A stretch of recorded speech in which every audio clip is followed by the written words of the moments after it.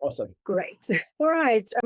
Just jump right in. Okay. So I guess the main crux of what I kind of want to hear from you is the big overarching question. How does South Africa's relationship with Russia and China, especially in light of like recent joint military exercises and I guess shows of solidarity, how does that inform US foreign policy considerations with regards to South Africa? Well, good. How it affects, well, both affect each other, I would say. And in international relations, there are very few instances where there's genuine solidarity. You know, there's always been a narrative in South Africa of Russian solidarity, at that time Soviet Union, with South African struggle and so on and so forth, is basically forming a historical basis of current relations. But of course, the Soviet Union that South Africa was, the South African Liberation Movement, or wings of the South African Liberation Movement, had relations with, was a vastly different type of country than today's Russia. However, Russia was able to successfully kind of get up on its feet after 2000, and in its expansion, in its expansionist foreign policy, it was able to, identify and resuscitate these primordial relations or perceptions of solidarity with the ANC and make them into a state affair. So that's one. So how that affects the US is that if you are looking at it from this historical lens, the US is kind of like going to be kind of found kind of like in the neutral of things. There were parts of your American political structure that supported apartheid, but a vast majority of American people and some parts of American law government were against apartheid. However, hardly in international relations are solidarities based on historical relations in essence.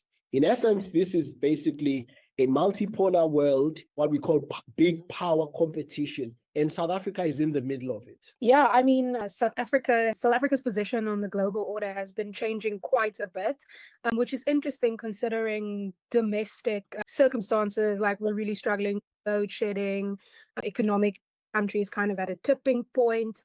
But out there on the global stage, South Africa seems to be, I guess, trying to hold its own and in by and large being successful therein and like being independent and saying, for example, Minister Pandor saying, we won't be bullied by the West. We make our own foreign policy decisions. You can't tell us who to be friends with. And with regards to that, I mean, what is the general consensus that side of the ocean on comments like that? South Africa will not be bullied by the West. Yeah, well, in Washington, I can tell you when the foreign minister was here and she kind of made those very, very stern comments at the Council on Foreign Relations, and which were kind of like a follow-up on some comments that she had made when Secretary of State Blinken was in South Africa. So this plays well within the South African context of kind of like within the faction ANC battles, anyone that harkens to this, kind of like an old world, bipolar type, rivalries. So it's a very easy, a low-hanging fruit within the South African ANC, politics to just, say something about not being bullied by the West, ignoring some kind of like very real ramifications that are based on policy and that affect jobs, things like AGOA, things like access to the American market. So how it plays in South Africa is very different from how it plays here. Here in America, people in government have been quite subdued, actually. They've been, if you notice, you didn't see any rebuttal or reactionary statements from the United States. That was quite intentional. America is not biting the bait of factional narratives, right? So America has actually taken a very, I would say, smart stance in kind of like understanding what's going on here. There's an election coming up. There are factions within the ANC that are quite popular, and most of this popularity that derive it from a pseudo-socialist, old world, non-aligned, kind of like non-aligned narrative. And so by kind of like holding on to that narrative, even as on behalf of the government of South Africa, some of these ministers are actually looking towards the election more than anything in South Africa. However, having said that, within the, the policy making elites in Washington, D.C., there has been, much chagrin about this. Like, whoa, South Africa, but many people actually understand what's going on. Okay, that's very interesting because I did have a interview with U.S. Consul General Todd Haskell here in Cape Town, and he pretty much thank you very much. It was one of my first bigger interviews. Congratulations, you're doing good. You're doing very well. I've been following your work. Thank you very much. He essentially said, it's true we can't tell South Africa who to be friends with on the global stage, but I do have this question. I understand that, with the Summit for Democracy just having been passed, I attended that, especially the Zambia panels. I really enjoyed that. Democracy is kind of at a tipping point in Africa. Globally, I would say there's kind of a shift where people are a little bit concerned, is democracy holding up? And South Africa being the beacon of democracy here, there are, I would say, symptoms of backsliding. Does that at all worry the US, especially in light of all of this engagement with Russia and China, who arguably, objectively, are kind of changing how politics globally is happening, China inching towards Taiwan, Russia, of course, having crossed the border and demanded, their sovereignty in a country that is already sovereign. Yes. So on the question of, does that worry? Yeah, I think it keeps people awake here. And they talk about, every time I talk to American policymaking practitioners and diplomats and people like that, whom I talk to quite often, they often mention that. And they often mention that. However, I often always bring people to reality. There's a reality and there's a narrative. Here is the reality. The South African economy, although South Africa trades a lot with China and China is number one trading partner, there is a reality in the infrastructure of how South Africa's economy is run and and how it's run and designed, actually.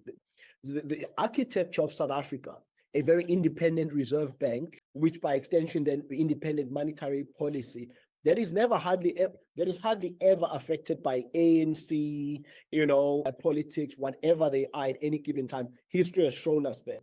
They talk one thing during Congress, but reality soon hits. In other words, the vagaries of running a nation state and an economy like South Africa, which although now China is number one trading partner, but it's still anchored pretty much in the West. That goes without saying, okay? So that immediately puts a cold chill on any excitement that people often have about, hey, is South Africa looking east and is South Africa looking towards the global south? Is it moving towards China and Russia? I will believe South Africa is doing that when the Reserve Bank no longer is independent. Until such time, South Africa is not in matters that really matter, which is jobs, the rand, the economy. It's not moving. It's still anchored thanks to, we can just look at that fact. However, there is, though, a sea change. There has been a change. You are right about a change. And this change is this. China had always prided itself in these, in these principles. They call them the principles of peaceful coexistence. They come all the way, they originate when China had a border dispute with India, respect for each other's territorial integrity, non-interference in each other's affairs, mutual benefit, mutual non-aggression, and peaceful coexistence. The second one is very important because it forms the benchmark. It's like the standard of China, of what China has always prided itself as, that we don't interfere in a country's internal affairs. In Africa, we don't care how authoritarian a country is. We don't care how democratic a country is, South Africa. We don't interfere. Well, guess what? About a month ago, you can check this, on Twitter, I follow the Chinese ambassador's Twitter account, the Chinese ambassador to South Africa. The Chinese ambassador had a tweet about an event that took place in South Africa, or that was going to take place. What was this event? It was a forum of African, political parties or African government representatives. What was it about? Quote, it was an investigation of, quote, how the Chinese development model quote, the benefits of the Chinese development model, end quote. Now, this is epochal, I argue here, because it signifies that China has changed tact. China now actually does think it should interfere in things. It does feel like actually, so in other words, the China of Xi Jinping in 2023, it does feel like it has the Beijing consensus, in other words, an ideology of how to run a country that it is willing to now sell to people. Now, why is this important in South Africa beyond the global? It's because the ANC wanting to remain in power might actually, it will actually find it very attractive to still be very liberal economically, but be repressive politically, like China. And for the first time, China has come out, thanks to its ambassador actually confirming this and saying, yes, we will sponsor conferences about the Chinese model. Yeah, it's a big deal. That is a big deal. I even brought up the highlights of that. It's a seed. What we're looking at when things changed, we'll look at like beginning 2023, China started saying, we have a gospel to preach and we're not going to preach it. And they've never done that before. And it's beneficial for the first time, it's beneficial for usurping South Africa. If you want to keep power in South Africa, you must always don't mess with the economy. But you can bring the military for a nebulous state of emergency, for nebulous reason, for a state of emergency, saying like, well, things like, well, electricity. So it's a state of emergency, bring out the military. So the ease with which that happens is very Chinese. It's very Chinese. So you might have in Ramaphosa a visage of a liberal, nice speaking, but if the ANC wants to stay in power, and they do, it's not beyond the realm of possibility to think they would actually press that button and go China on us, on South Africa. Yeah, I mean, the fact that it is becoming, I was even speaking to Michael about this earlier, the fact that it is becoming winter, it is cold, it's dark, there's no electricity. Even the generators, like I'm at Stellenbosch University, very fiscally healthy university, struggling to keep up with the financial strain of getting the generators going, and the generators are becoming even slower. They don't take 2 minutes anymore, they take 5. In some instances today it took 20 minutes for the generator to kick back in. Things like that, you kind of keep a country and its citizens hostage, and I mean that is scary. Official, if you want to keep power, because now you can do anything and you're like, well, we just want to eliminate blackouts. We're trying, so you can do also, well, suspend the elections or maybe change the way elections are run. What are we? Well, we're trying to eliminate blackouts. So this is a very, because whenever authoritarianism doesn't announce itself and it doesn't come clothed in socialism, our people must understand that. So authoritarianism, especially the Chinese characteristics, it's an extremely capitalist country. It's a liberal economy by some stretch of the imagination, but it's authoritarian, you see. And if the ANC, what did it have last time in elections? 58%, and we know it's going down. And so it's a very interesting times that we're headed towards. And then, in other words, then an ANC that is desperate will press all buttons, including the Russia and then the Chinese button. I mean, we have a lot of political assassinations with the writer at Eskom basically being ousted.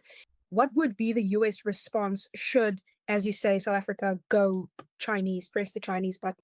Oh yeah, well, it's a complicated thing because America is treading a very thin line, because there is a narrative of since the failure, and American diplomats I speak to always admit this, the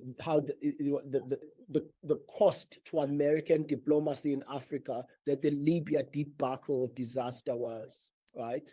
They admit that this was a disaster, and I mean, and they'll still be picking up the pieces of it even in the next couple of years.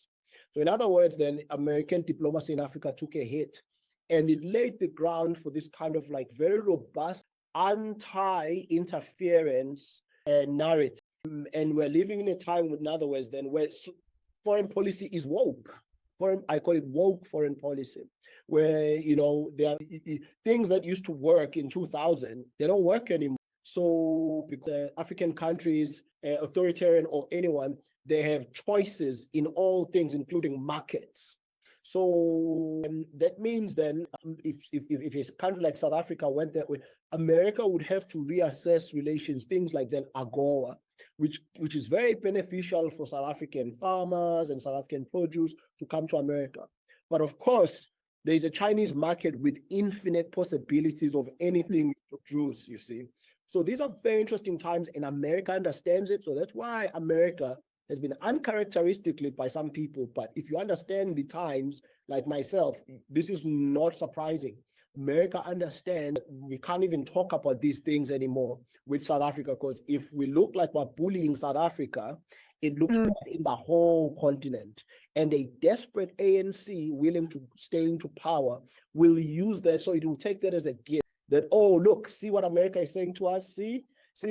And so Americans are actually treading very carefully, and well, they must, you know. But there are many, there were good signs. The trip by American Treasury Secretary Janet Yellen, it symbolized that America is doing what I've always asked Americans to do. They need to build more things. They need to build more physical things. Because what makes China look good is that it builds things. America used to build things in South Africa.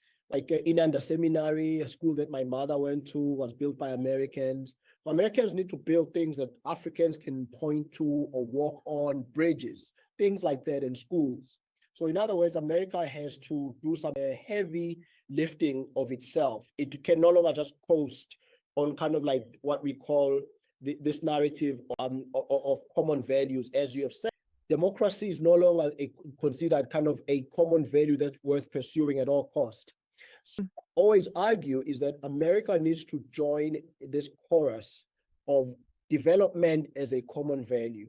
So development itself must be a common value. Yes. And this needs what I call a neo-pragmatism of America, which America has already proven that it's actually practicing in South Africa. You know, in America of George Bush, in America of Donald Trump would have had something to say about those South Africa-Russia naval exercises. But this America which means this America is very awake to the.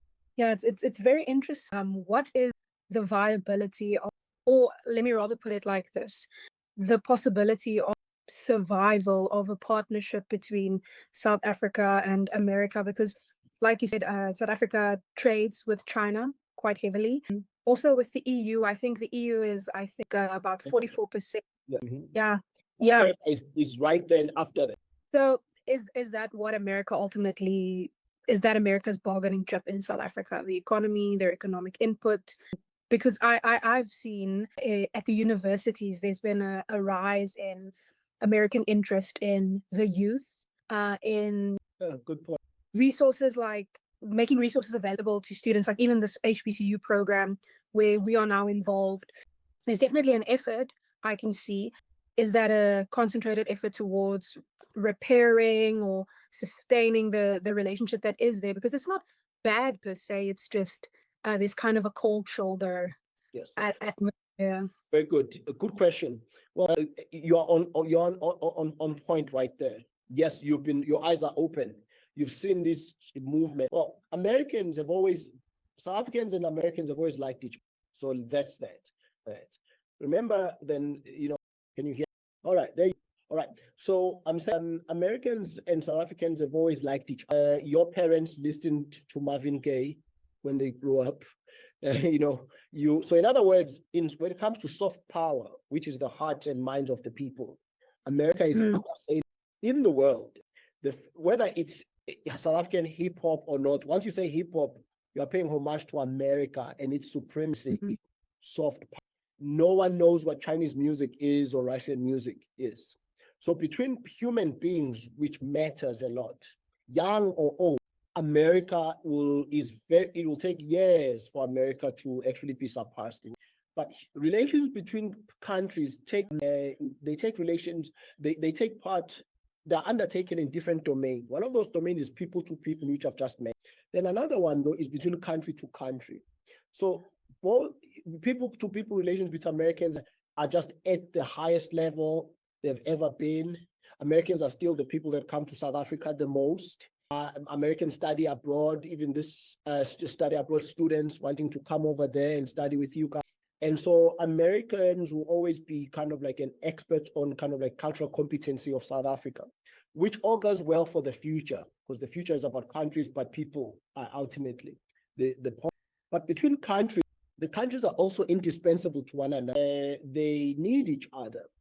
Just like so America, South Africa needs America as a counterweight to China, because no country wants to be dominated willingly and submit itself to kind of like, no. And I don't think people in Pretoria want that. So sometimes you'll be surprised speaking about politicians. Some of the people I've met here who are students, and then I even teach, actually are not politicians back in South Africa, who during the day they talk anti-American this, anti-American this, but when you ask, do you want to send your children to China, Russia, or America to study, they want their children to come to America. So there is that reality that we should all just accept at some point, or always labor under. That the relations between Americans and South Africans, people to people, have never been better. They're actually great. Countries now play games depending on what they want and interest, and those interests change.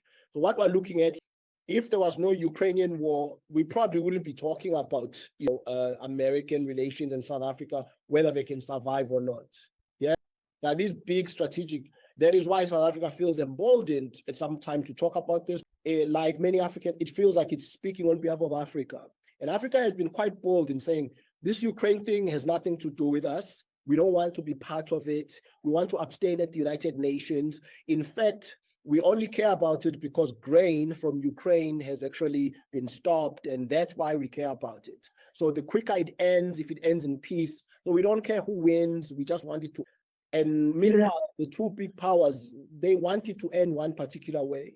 So that's another aspect of this that perhaps that makes us appreciate how America and South Africa will always have good relations. I mean, if I can ask, what do you forecast in terms of Russia, Ukraine, and then on the global scale, what that would look like? I mean, there's obviously lots of changing.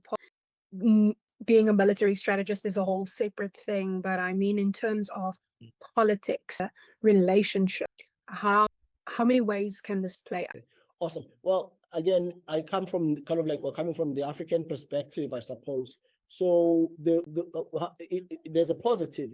We've already been seeing it, and it's not even related to Russia or Ukraine or America. It's these three countries. The positive is that Africans actually learned, to their chagrin, how much they don't produce their own grain. Just think about that, right? I mean, the Africans were shocked to find out that they rely so much, like countries like Congo, and countries like, I won't mention more names. They basically almost starved, or basically when it comes to, and remember, Africans are grain, ugali, pap, sads, or whatever you call it, that's grain. So that's food security, like the center of it. So the positive of this, however the cookie crumbles, is that Africans have started to actually work harder to produce their own food, especially their own grain. So that's one, positive. Back to these countries, how it plays out. I mean, the Africans have also been clear.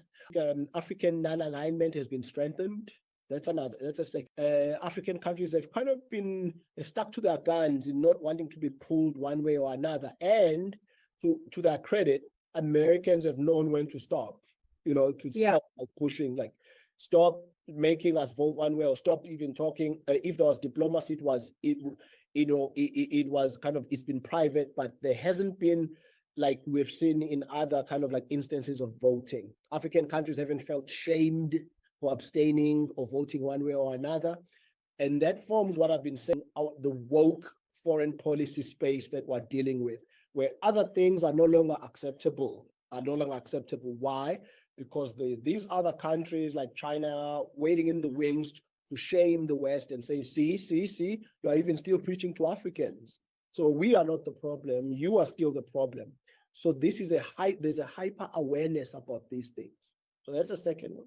A third one would be that how things would most likely turn out, most likely a negotiated settlement, which most people have actually been agreeing it should take place, but they haven't agreed on conditions. They've been disagreeing on conditions.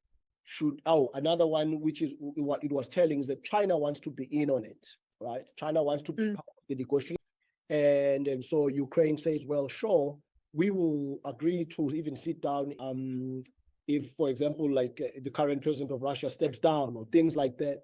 So there's a lot going on behind the scenes that to make this negotiation workable. And finally, who knows, maybe the takeover of Bakhmut might be the one that then might be the event, a Russian takeover. I don't know which one is likely. I can't predict, but a takeover of Bakhmut would maybe signify like the cessation, the point where then I suppose the lines are drawn of a new territory, however strict or not strict it is. So there are a lot of things taking place. What we can be sure is that Africa, for once, does not feel like it's being pushed around, and that's a new. Okay, that's interesting. That's interesting. And on the note of Russian President Putin, something that a lot of people have a lot of opinions of. America obviously isn't party to the ICC, but with the BRICS summit coming up, there have been suggestions that it should be a hybrid event so that Putin doesn't actually set foot in South Africa. But should he arrive and South Africa not act on the arrest warrant sent out by the ICC, what would the US foreign policy response to that be? Yes. Well, yeah, you are right. I don't even think there would be a foreign policy response from the US or an outward one, because again, it's a catch-22 for kind of like American foreign policy. America has quite a robust anti-ICC posture, right? Such that I think during the Trump administration, there were actually charges filed or arrest warrants issued for the prosecutor of the ICC, that if they ever land in America, they'll be in trouble with American law.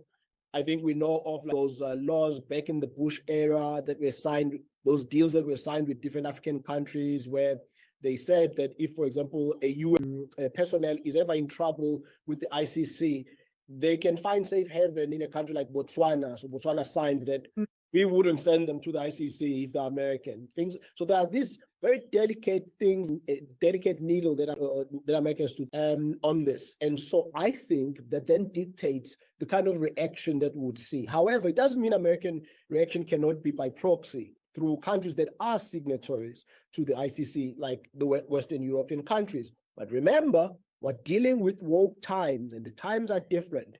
And Putin is not al-Bashir, okay? Putin he's a leader of a nuclear super state with all sorts of armaments and things like that. And Prime Minister Medvedev has already said that any country that even attempts to ask the leader of Russia, it will just do a declaration of war. So kind of like we just know then that these are areas we won't even get close to certain. It was curious that I think a month ago, South African Parliament decided to reinstate its support for staying within the ICC. Remember, there had been, after Bashir, there had been these, coughing within the ANC, and people, they were about to pass legislation that said South Africa must pull out, and then it stalled and lingered. This stalling has ceased. So in other words, South Africa is back full on the ICC, which would go against its kind of like BRICS-centric foreign policy posture. Here again, you kind of some dilemmas. So if there are any dilemmas, they lie within the ANC, right? Because the ANC owes Russia and China for even being in BRICS, right? So it doesn't even want there to be a doubt that it won't protect a head of state coming to South Africa. So but South Africa has its own judiciary that's independent. So yeah, I mean that's always the outlier, is the South African judiciary. Just one final question. I don't want to take up too much of your time, but I have you here, so I do have to ask. In terms of BRICS, the talks about the Petro one moving away from the US dollar, a lessening of Western power on the global stage, essentially. What are your thoughts on how that looks like for South Africa and then for US-South Africa relations? Okay. I think, again, I'm quite reticent to jump on the bandwagon about sea changes, like Twitter often does, like, whoa, the end of the dollar. Because South Africa does not have policy, South African ANC policy-making elites do not have policy autonomy. They do not have monetary policy autonomy for reasons that I stated earlier.